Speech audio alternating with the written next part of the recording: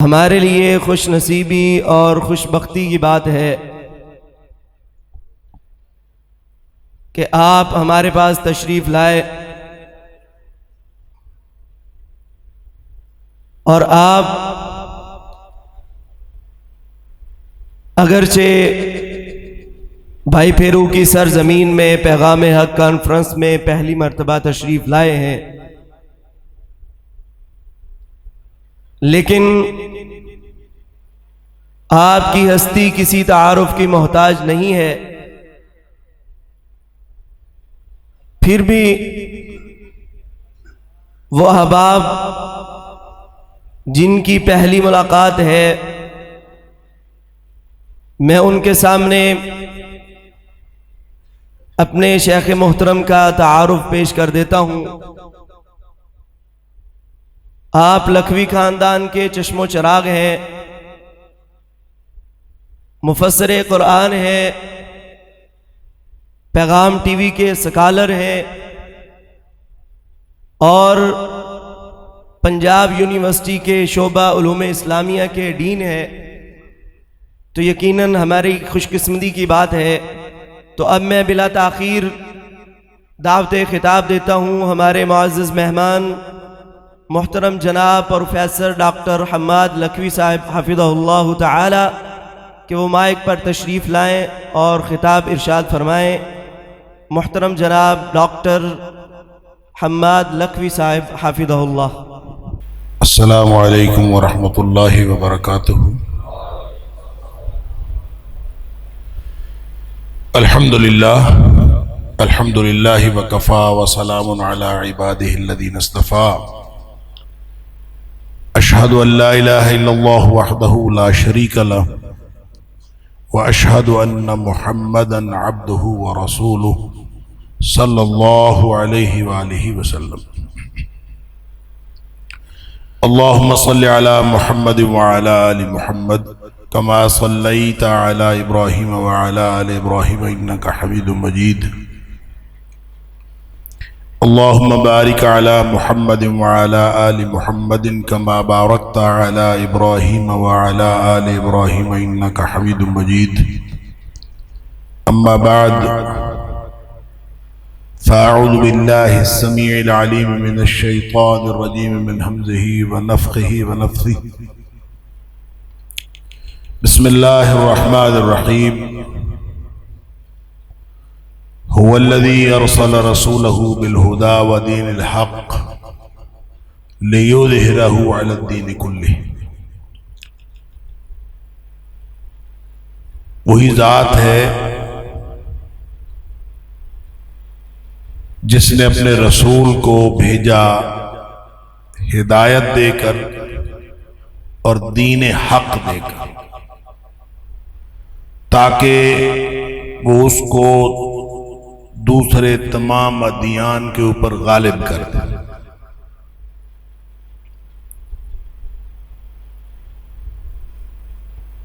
اللہ کریم نے مجھے اور آپ کو، ہم سب کو اس دنیا میں امتحان کے لیے بھیجا۔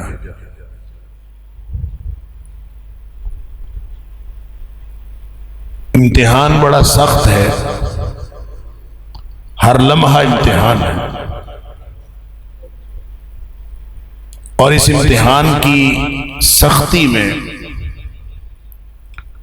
رحمت اللہ نے یہ فرمائی کہ اس نے امتحان میں کامیابی کا طریقہ بھی بتا دیا، اور جو امتحان میں کامیابی کا طریقہ بتایا ہے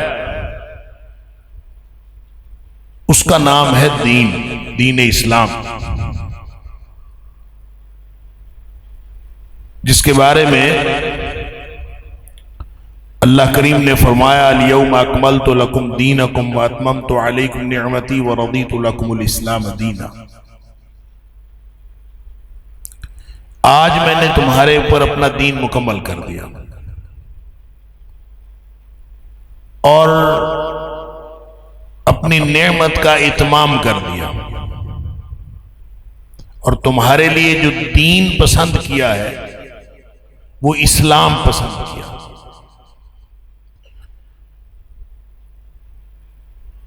گویا ہم اگر اس امتحان میں کامیابی چاہتے ہیں تو وہ ایک ہی طریقہ ہے، اور وہ ہے دین اسلام کا۔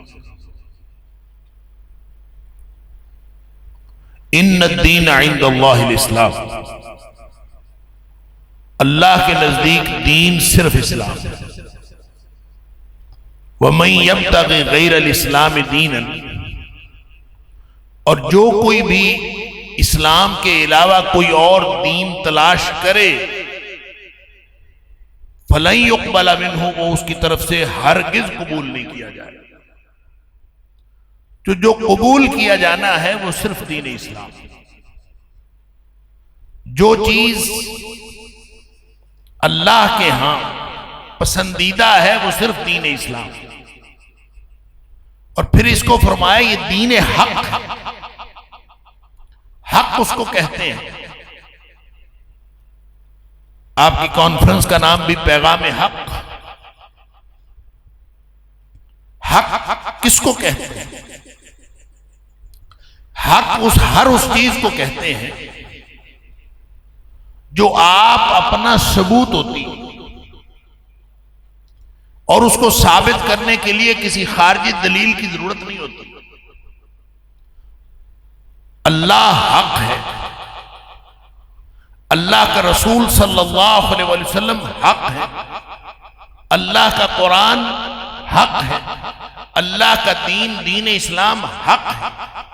تو جو حق ہوتا ہے اس کو ثابت کرنے کے لیے کسی خارجی دلیل کی ضرورت نہیں ہوتی، وہ حق آپ اپنا ثبوت ہوتا ہے۔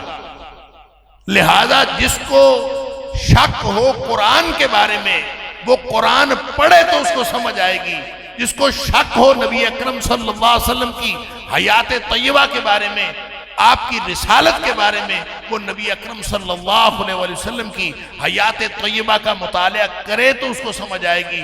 اس کو بعد میں الگ سے باہر سے کہیں خارج سے دلیل لانے کی ضرورت نہیں۔ اللہ کا قرآن بھی حق ہے، آپ اپنی دلیل ہے، نبی اکرم صلی اللہ علیہ وسلم کی ذات بھی حق ہے اور آپ اپنی دلیل۔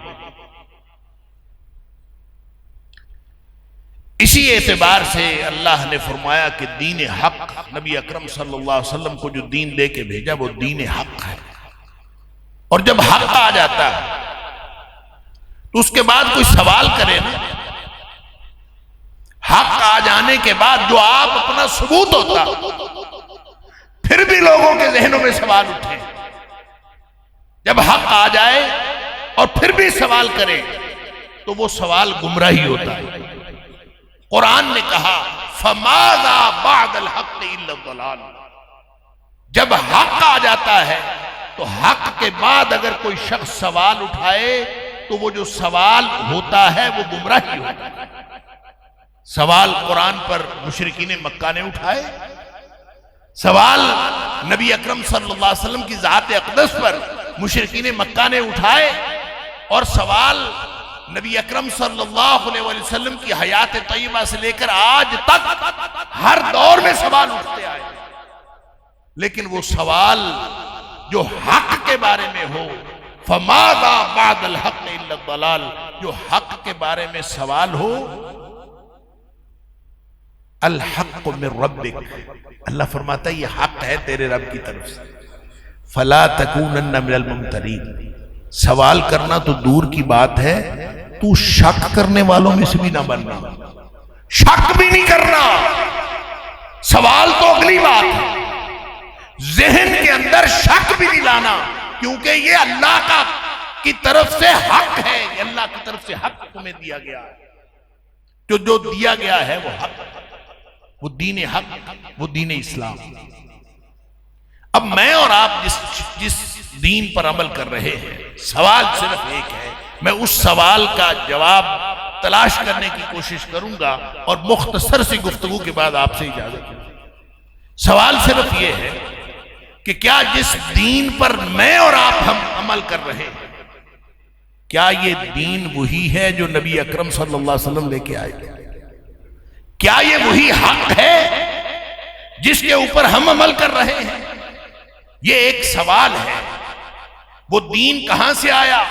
وہ دین کس کا ہے، کس نے بھیجا، کہاں پہنچا، کس طرح ہمارے تک پہنچا، اگر ہمیں صرف یہ احساس ہو جائے، یہ سمجھ آ جائے، تو پھر ہمیں یہ بھی سمجھ آ جائے گی کہ جس پر ہم عمل کر رہے ہیں وہ دین حق ہے یا کچھ اور۔ ان الدین عند اللہ الاسلام، دین اللہ کے نزدیک صرف اسلام اور وہی حق ہے۔ تو اللہ نے یعنی دین اللہ کا ہے تو انسانیت تک کیسے پہنچا؟ دین تو اللہ کا ہے، انسانیت تک کیسے پہنچا؟ کسی الماری میں پہنچا؟ کسی لائبریری میں پہنچا؟ کہاں پہنچا؟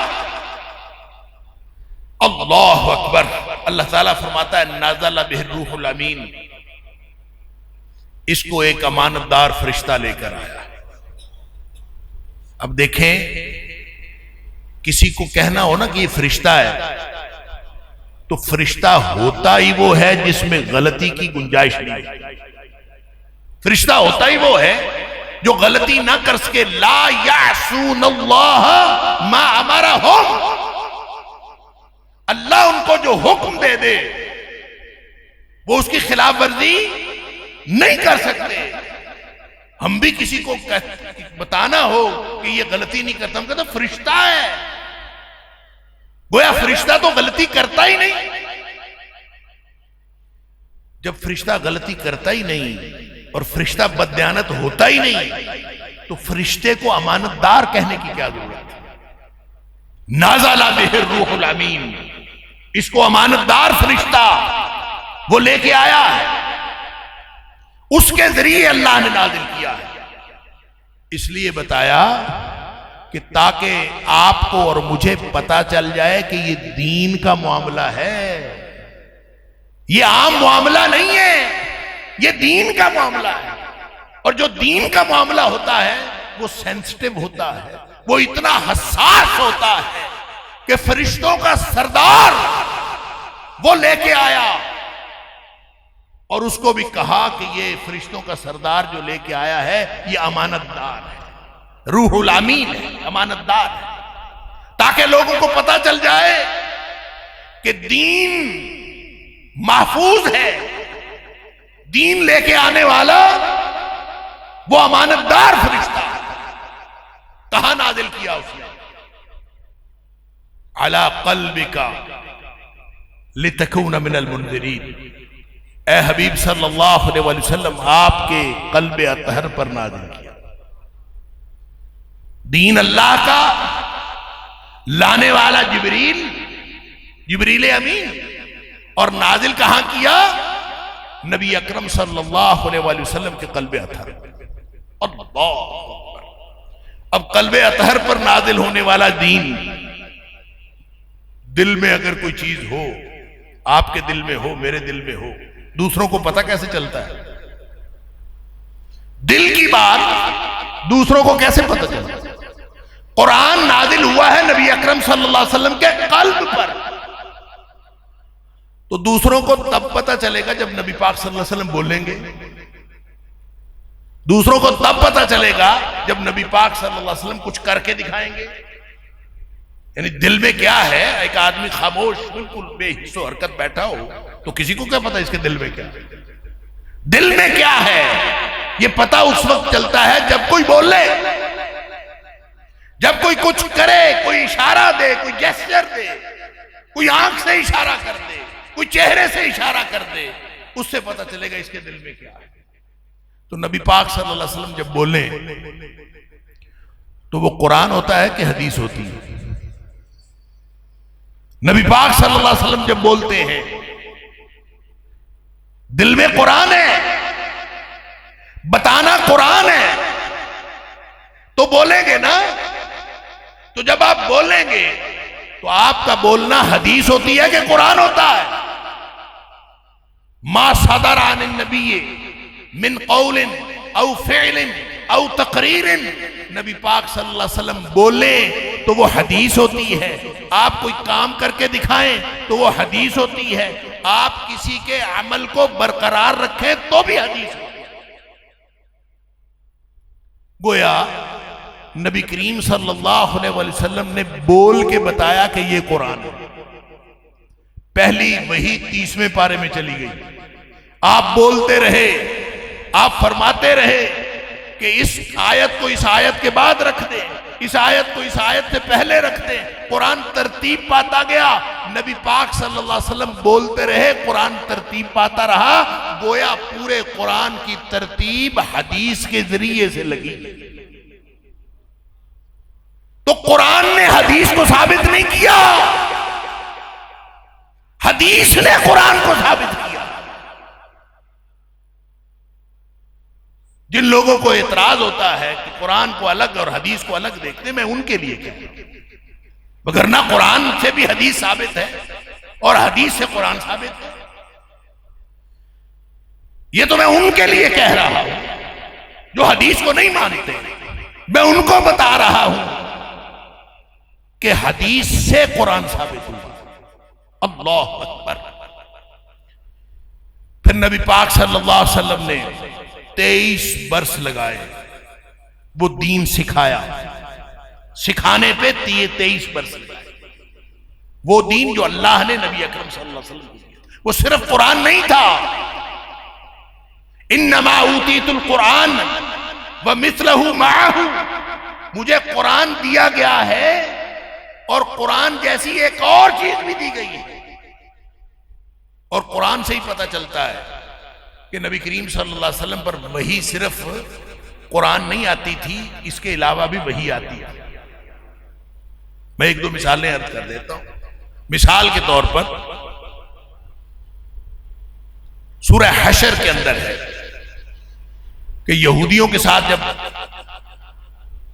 نبی کریم صلی اللہ علیہ وسلم کی یہودیوں نے معاہدہ ختم کیا تو نبی پاک صلی اللہ علیہ وسلم نے ان کا محاصرہ کر لیا.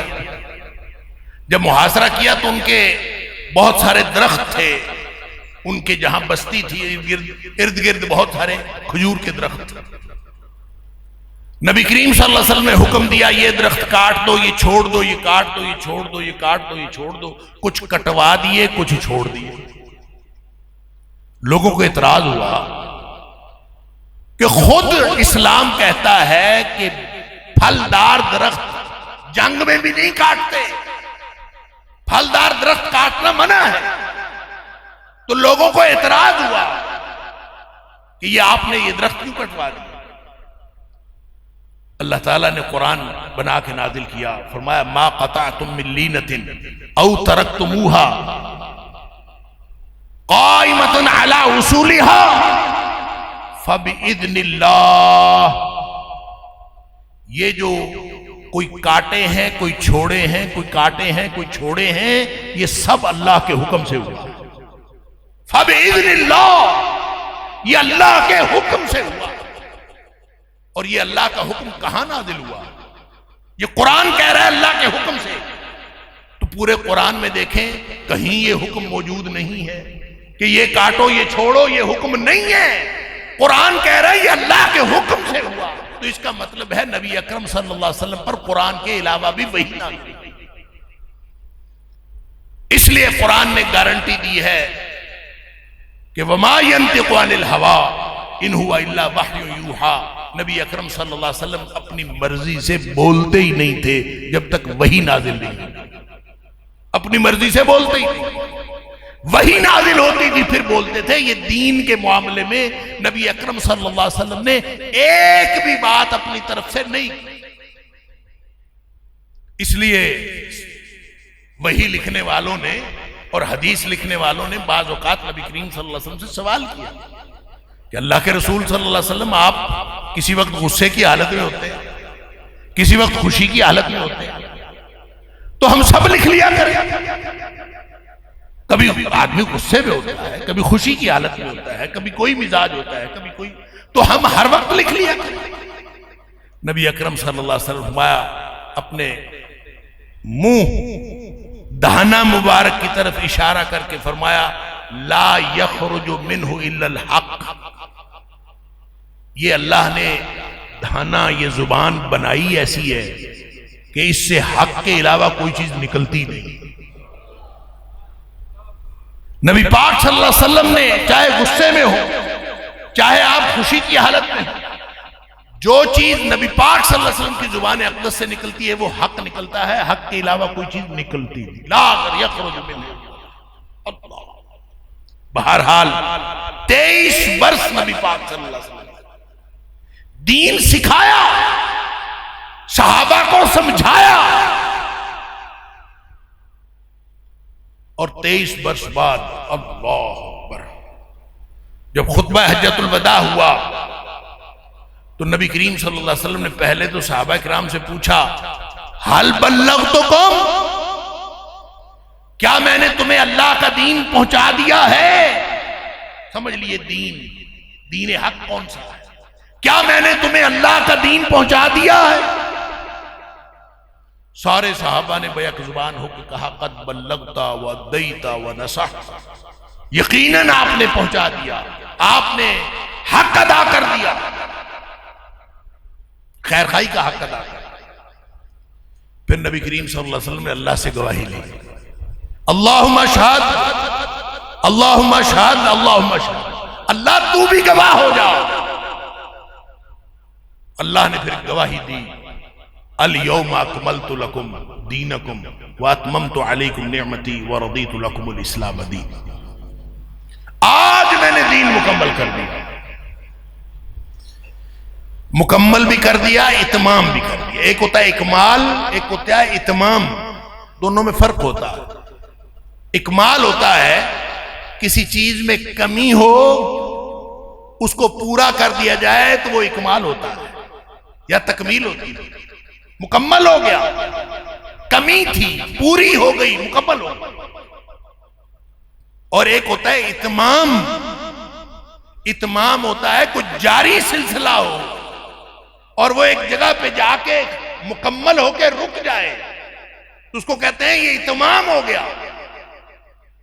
یہ کتابوں والے لکھا کرتے تھے، پرانی کتابوں پہ آپ دیکھیں لکھا ہوگا، آپ بھی پرانی کتابوں میں آخر پہ لکھا ہوتا ہے تمت بالخیر۔ اب نئی کتابوں میں یہ رواج نہیں رہا، پرانے مصنف جو ہے لکھا کرتے تھے تمت بالخیر۔ اس کا مطلب کیا تھا؟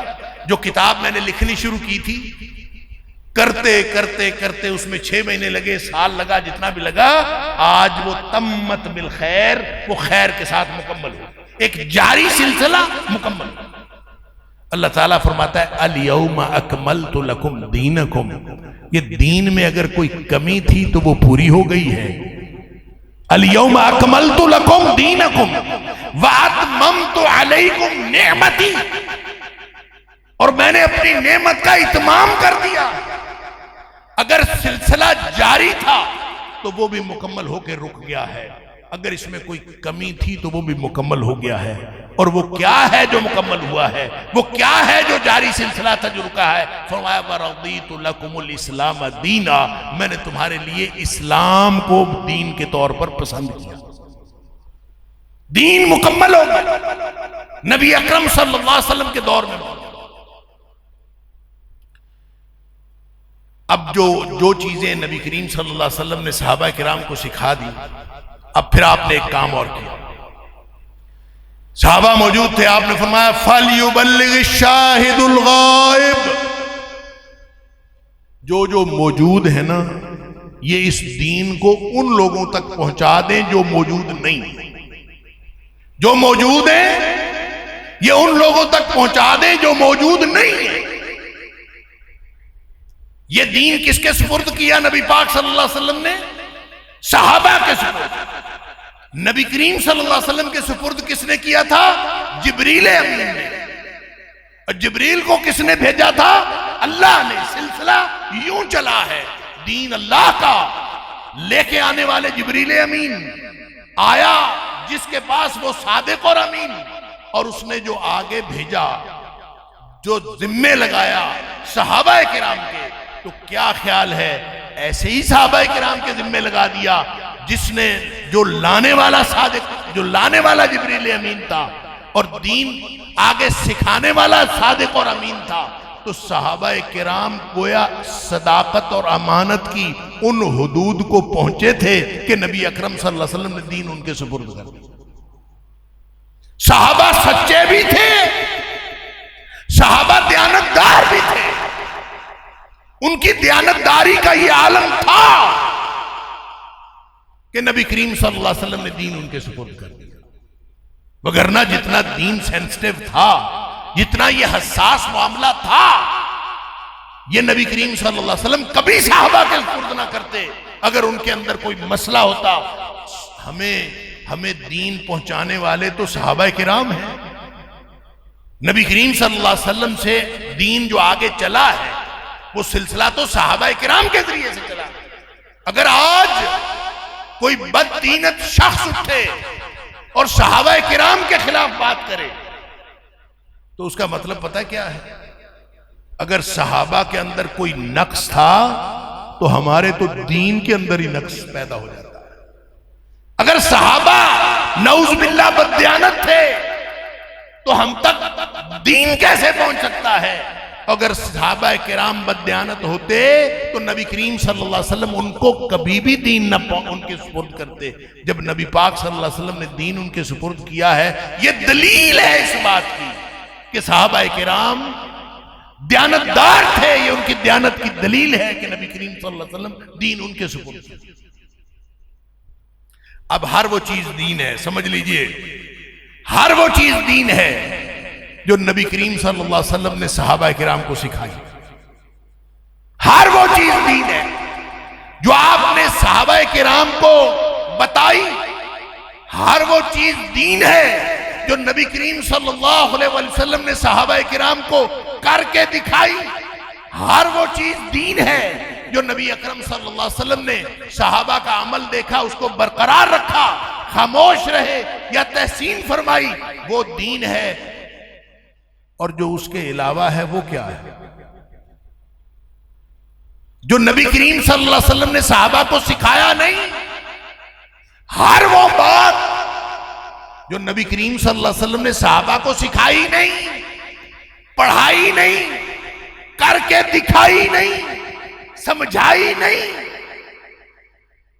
اس کا کیا نام ہے؟ وہ دین تو نہیں۔ اس کو آپ جو مرضی کہیں، اس کو آپ رواج کہیں، اس کو آپ معاشرتی روایت کہیں، بدعت کہنے کو دل نہیں کرتا نہ کہیں، اس کو جو مرضی کہنا ہے کہیں، لیکن وہ دین نہیں ہے، وہ دین نہیں ہے۔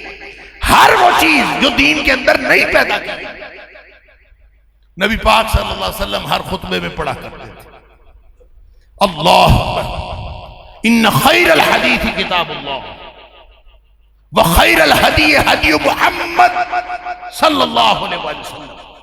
دنیا کائنات کی بہترین کتاب اللہ کی کتاب ہے، اور دنیا کائنات کی بہترین ہدایت وہ نبی اکرم صلی اللہ علیہ وسلم کی لائی ہوئی ہدایت۔ وَشَرَّ الْأُمُورِ مُحْدَثَاتُهَا، ہر وہ کام جو دین میں نیا پیدا کیا جائے وہ بدترین کاموں میں سے، شر الامور، بدترین کاموں میں سے وہ کام ہے جس کو دین میں نیا پیدا کیا۔ اللہ، کوئی شخص کہے نا کام تو اچھا ہے یار، رکھتے ہیں ہم 4 پڑھتے ہیں، مثال کے طور پر ظہر کے فرض ہیں 4 ہیں، تو کل سے 5 پڑھنے شروع کر دیں۔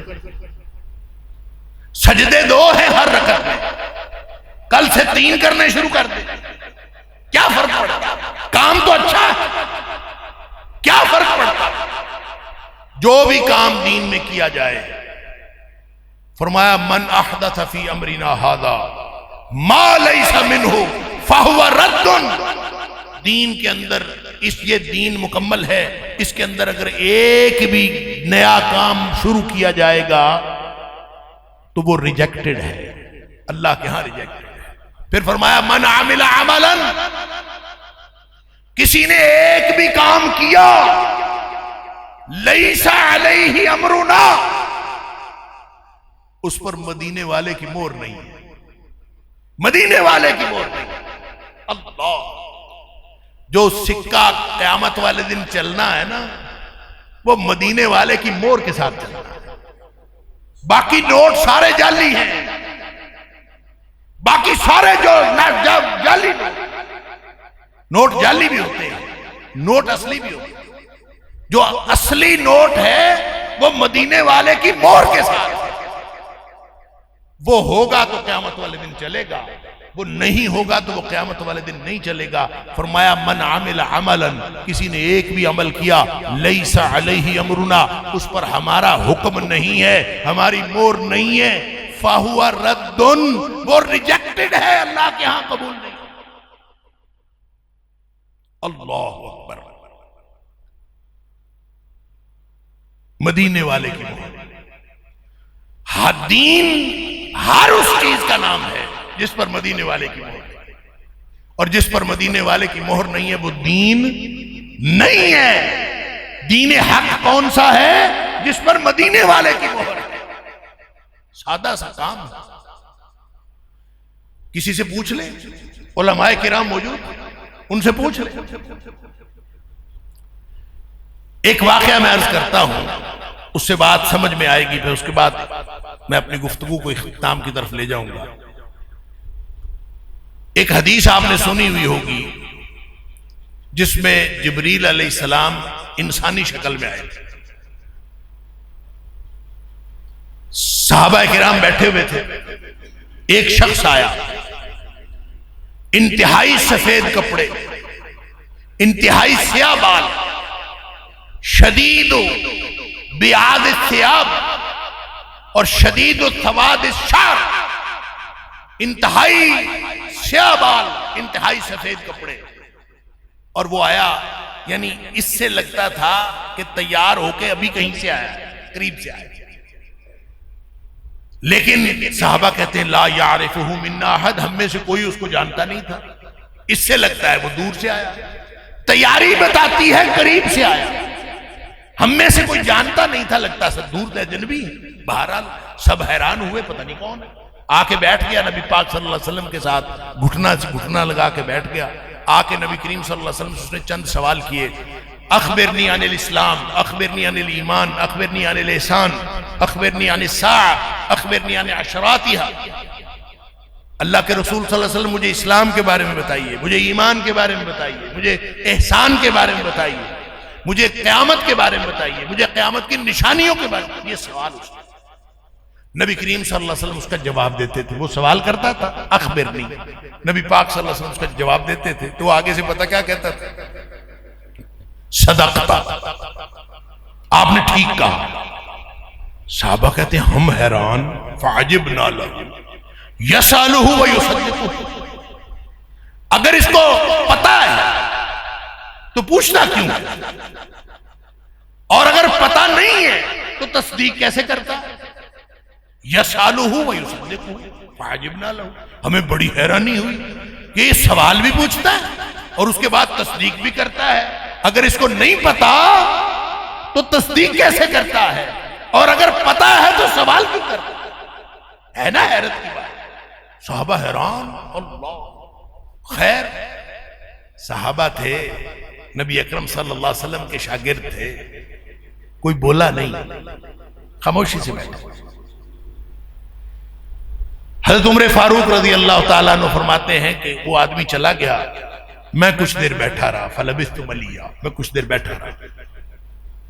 تو میں نے کچھ دیر بعد خود نبی کریم صلی اللہ علیہ وسلم مجھ سے پوچھا یا عمر اتدری من السائل، تمہیں پتا ہے یہ سوال پوچھنے والا کون تھا؟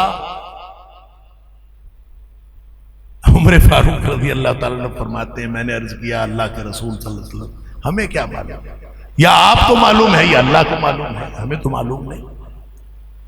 فرمایا یہ جبریل تھا، یہ جو آیا تھا نا یہ جبریل تھا. اتاکم لیعلمکم دینکم، یہ آیا تھا تمہیں تمہارا دین سکھانے. جبریل آیا تھا تمہیں تمہارا دین سکھانے آیا. تو عجیب بات ہے، پھر دین سکھانے جبریل آیا تھا تو اتنی حیرتوں کی داستان مرتب کرنے کی کیا ضرورت تھی؟ نبی کریم صلی اللہ علیہ وسلم تعارف کرواتے بھئی یہ جبریل آیا ہے، یہ تمہیں تمہارا دین سکھانے آیا ہے، چلو بھی جبریل تقریر کر کے بتاؤ یہ دین کون سا سکھانے تو وہ آیا تھا. نبی پاک صلی اللہ علیہ وسلم تعارف کروا دیتے، جیسے آپ نے مجھے تقریر پہ لگا دیا ہے کہ چلو تقریر کرو، تو ایسے جبریل علیہ السلام کو کہتے چلو بھی دین سکھاؤ. یہ کیوں نہیں کیا؟ حیرتوں کی داستان کیوں مرتب کی؟ فرق اس میں یہ ہے کہ جبریل اگر تقریر کر کے چلا جاتا تو وہ دین نہ بنتا.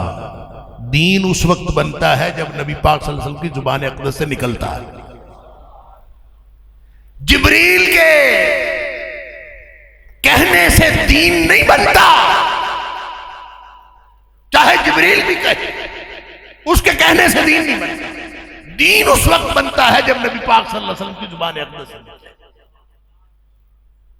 جبریل کے کہنے سے دین نہیں بنتا، ہمارے پنڈ کے مولوی کے کہنے سے دین بن جاتا ہے. وہ جو کہے دین ہے. اللہ اکبر. سن لیجئے، مولوی صاحب سے، آپ کے پنڈ کے مولوی صاحب ہوں، آپ کے جہاں کے بھی مولوی صاحب، انہی سے پوچھیں، لیکن سوال بدل لیں. یہ نہیں پوچھنا مولوی صاحب ہمیں فلاں موقع پہ کیا کرنا ہے. سوال یہ پوچھنا ہے کہ مولوی صاحب یہ بتائیں کہ اس موقع پر نبی کریم صلی اللہ علیہ وسلم کیا کرتے تھے. امام مالک کے پاس ایک شخص آیا، اس نے کہا حضرت مجھے وضو کا طریقہ بتا دیں. امام مالک نے کہا تیرا سوال غلط ہے. حیران، مجھے وضو کا طریقہ چاہیے، آپ کہتے ہیں سوال غلط. 3 دفعہ اس نے سوال کیا. امام مالک نے کہا تیرا سوال غلط. تو پھر بتایا تیرا سوال اس لیے غلط ہے کہ میں کون ہوتا ہوں وضو کا طریقہ بتانے والا. تو مجھ سے پوچھ کہ نبی کریم صلی اللہ علیہ وسلم کا وضو کا طریقہ کیا تھا، کیونکہ دین وہ ہے جو نبی کریم صلی اللہ علیہ وسلم کا ہے. میں جو بتاؤں اپنی مرضی سے تو وہ دین نہیں ہے. نبی کریم صلی اللہ علیہ وسلم کا حوالہ آئے گا. لہذا اپنے اپنے پنڈ کے مولوی صاحب سے پوچھئے، جس پر اعتماد ہے اسی سے پوچھئے، لیکن سوال بدلیے. یہ نہیں پوچھنا کہ مولوی صاحب اس موقع پر کیا کرنا ہے، ان سے پوچھنا ہے اس موقع پر نبی اکرم صلی اللہ علیہ وسلم کیا کرتے ہیں. جب ہم سوال بدلیں گے تو مولوی صاحب کو جواب بدلنا پڑے گا، اس کو جواب بدلنا پڑے گا. ایسا کوئی نہیں ہے جو نبی کریم صلی اللہ علیہ وسلم کے نام نامی کے اوپر کوئی جھوٹ باندھے. اللہ اکبر. اور یہ کتنی خطرناک بات ہے کہ کوئی شخص اگر نبی کریم صلی اللہ علیہ وسلم پر جھوٹ باندھتا ہے تو اس کے لیے تو قرآن نبی پاک صلی اللہ علیہ وسلم نے فرما دیا فَلْيَتَبَوَّأْ مَقْعَدَهُ مِنَ النَّارِ. جو نبی کریم صلی اللہ علیہ وسلم کے اوپر بھی جھوٹ باندھتا ہے وہ اپنا ٹھکانہ جہنم میں بنانا. اب دین وہ ہے جو نبی اکرم صلی اللہ علیہ وسلم کا، وہ ہے دین حق. اب اس کے بعد ہم جس دین پر عمل کر رہے ہیں، ہم جو جس ہدایت پر عمل کر رہے ہیں، جو تقریریں ہو رہی ہیں، جو جلسے ہو رہے ہیں، کوئی سارے جلسے پیغام حق کانفرنس تھوڑی، بڑے بڑے جلسے، بڑے بڑے پروگرام. جب حضرت حذیفہ رضی اللہ تعالیٰ عنہ نے، حضرت حذیفہ بن یمان رضی اللہ تعالیٰ عنہ نبی کریم صلی اللہ علیہ وسلم سے پوچھا کرتے تھے شر کے بارے میں. وہ فرماتے ہیں لوگ خیر کے بارے میں پوچھتے تھے، میں شر کے بارے میں پوچھتا تھا. مجھے ڈر لگتا تھا کہیں ہم شر کو پہنچ نہ جائیں یا شر ہمیں پہنچ نہ جائے. تو فرماتے ہیں کہ میں نے پوچھا اللہ کے رسول صلی اللہ علیہ وسلم جب آپ نہیں تشریف لائے تھے تو ہم شر میں تھے، آپ تشریف لے آئے، خیر کا زمانہ آ گیا، کیا اس کے بعد کوئی شر کا زمانہ ہے؟ فرمایا ہاں ہے. پوچھا کیا اس کے بعد کوئی خیر کا زمانہ ہے؟ نبی کریم صلی اللہ علیہ وسلم نے فرمایا ہاں خیر کا زمانہ ہے. وَفِيهِ دَخَنٌ. خیر کا زمانہ تو ہے لیکن اس میں دھواں ہے، اس میں دھندلکا ہے، اس میں ابہام ہے، اس میں پیچیدگی ہے، اس میں کنفیوژن ہے. فیہ دخن. حیران ہو گئے اللہ کے رسول صلی اللہ علیہ وسلم، جب وہ خیر ہے تو اس میں دخن کیسا؟ وما دخنہ یا رسول اللہ صلی اللہ علیہ وسلم. اللہ کے رسول دخن کیسا، پیچیدگی کیسی، ابہام کیسا، دھندلکا کیسا، کنفیوژن کیسا؟ تو نبی کریم صلی اللہ علیہ وسلم نے فرمایا کنفیوژن یہ ہے، ائمۃ یہدون، بڑے بڑے پیشوا ہوں گے جو پیشوائی کر رہے ہوں گے، بڑے بڑے تقریریں کرنے والے ہوں گے جو تقریریں کر رہے ہوں گے، اور بڑے بڑے رہنما ہوں گے جو رہنمائی کر رہے ہوں گے، لیکن وہ جو رہنمائی کر رہے ہوں گے بغیر ہدی، وہ میری لائی ہوئی ہدایت نہیں ہوگی، وہ کہیں اور سے ہدایت لے کے بتا رہے ہیں۔ اللہ اکبر، کہیں اور سے ہدایت، پتہ نہیں کہاں سے لا کے۔ یہ اس خیر کے دور کی بات ہے جس میں دخن ہے، ہمیں نہیں پتا کہ ہم اس دور میں ہیں جو دخن والا خیر ہے، یا اس کے بعد جو اس نے پوچھا کہ یا رسول اللہ صلی اللہ علیہ وسلم کیا اس کے بعد کوئی شر کا دور ہے؟ آپ نے فرمایا اس کے بعد شر کا دور ہے، اور جو اس کے بعد آنے والا شر کا دور ہے اس کے بارے میں فرمایا ایس دعات الی ابواب جہنم، اس کے بعد تو تقریریں کرنے والے داعی ایسے ہوں گے جو جہنم کے دروازوں کی طرف بلا رہے ہوں گے۔ من اجابہم الیہا، جو ان کی تقریر پر، ان کی دعوت پر لبیک کہے گا، فقذفوہ فیہا، وہ اس کو جہنم میں پھینک دیں۔ اب مجھے نہیں پتا، یہ اللہ جانتا ہے کہ ہم دخن والے خیر میں ہیں یا اس کے بعد آنے والے شر میں، لیکن طریقہ ایک ہی ہے کہ اس دین کے ساتھ چمٹ جائیں، اس دین کے ساتھ تمسک اختیار کر لیں جو دین نبی اکرم صلی اللہ علیہ وسلم نے کیا، وگرنہ قیامت والے دن نبی پاک صلی اللہ علیہ وسلم فرماتے ہیں کہ میں حوض کوثر پہ پانی پلا رہا ہوں گا، لوگ گروہ در گروہ میرے حوض پہ آ کے پانی پی رہے ہوں گے، میری امت آ رہی ہوگی۔ صحابی پوچھتا ہے ایک دوسری حدیث میں کہ اللہ کے رسول صلی اللہ علیہ وسلم اتنی امتیں ہوں گی وہاں پہ، تو آپ کیسے پہچانیں گے کہ یہ میری امت ہے؟ نبی کریم صلی اللہ علیہ وسلم فرمایا میری امت کے 5 اعضاء روشن ہوں گے قیامت والے دن، اعضائے وضو جو وضو کے وقت دھلتے تھے، غرم محجلین من آثار الوضو، دونوں ہاتھ اور دونوں پاؤں اور چہرہ جو وضو میں دھلتا تھا، فرمایا یہ 5 اعضاء قیامت والے دن میری امت کے روشن ہوں گے، اس سے میں پہچان لوں گا کہ یہ میری امت ہے۔ سبحان اللہ، اور میری امت آ رہی ہوگی، میں اس کو پانی پلا رہا ہوں، اور حتیٰ کہ ایک گروہ آئے گا میری امت کا گروہ، اور حدیث میں آتا ہے حتیٰ اذا عرفتہم ویعرفوننی، اس کا مطلب ہے جو نماز نہیں پڑھتے نا، وہ تو نبی کریم صلی اللہ علیہ وسلم کی امت سے ویسے ہی نکل گئے، نہ ان کے اعضائے وضو روشن ہوں، نہ وہ دھلیں، نہ وہ روشن ہوں، نہ وہ نبی کریم صلی اللہ علیہ وسلم کی امت کہلوائیں۔ اب رہ گئے وہ جو نماز پڑھتے ہیں، کیوں؟ نبی پاک صلی اللہ علیہ وسلم فرمایا گروہ آ رہا ہوگا حتی اذا عرفتہم، میں ان کو پہچان لوں گا، وَيَعْرِفُونَنِي، وہ مجھے پہچان لیں گے۔ اللہ اکبر، نبی کریم صلی اللہ علیہ وسلم ان کو جس نشانی سے پہچانیں گے، اس کا مطلب ہے وہ نشانی تو ان میں ہوگی، نمازیں تو وہ پڑھتے ہوں گے، اعضائے وضو تو روشن ہوں گے، اسی سے نبی پاک صلی اللہ علیہ وسلم کو پہچانیں گے۔ آپ نے اس لیے فرمایا حتی اذا عرفتہم ویعرفوننی، میں ان کو پہچان لوں گا، وہ مجھے پہچان لیں گے۔ اللہ اکبر،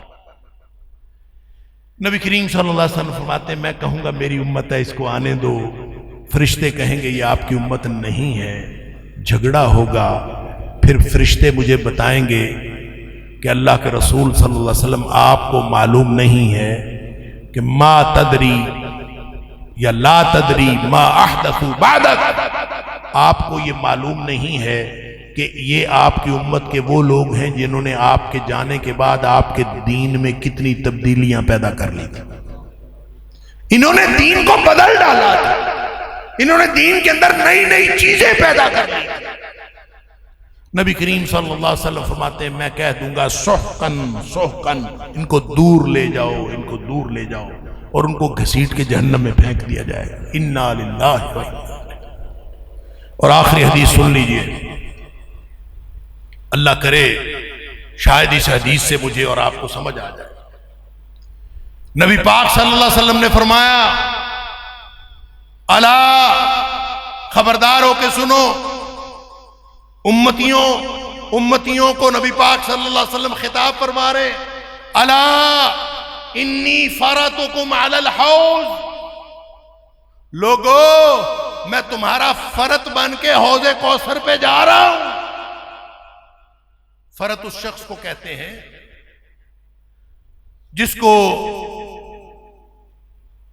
جب قافلہ جانا ہوتا ہے نا، قافلے نے سفر کرنا ہوتا ہے تو پہلے ایک شخص بھیج دیا جاتا ہے جو جا کے دیکھتا ہے قافلہ پڑاؤ کہاں کرے گا، پانی کہاں سے لے گا، لکڑیاں کہاں سے لے گا، جو انتظامات کرنے کے لیے پہلے جاتا ہے اس کو فرط کہتے ہیں. اور نبی پاک صلی اللہ علیہ وسلم فرما رہے ہیں میں تم لوگوں کا فرط بن کے حوض کوثر پہ جا رہا ہوں. اللہ اکبر، گویا میں تمہارے لیے تیاریاں کروں گا، تمہارے لیے پیالے سیدھے کروں گا، انتظامات کروں گا.